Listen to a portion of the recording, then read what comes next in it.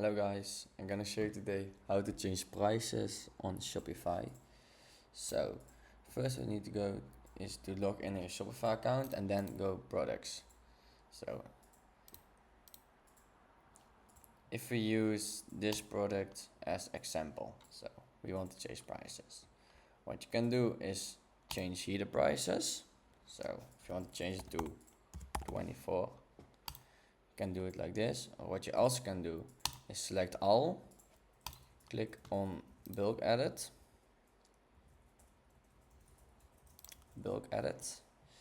and then columns, compare price, and then you can also add the compare price, so like 50.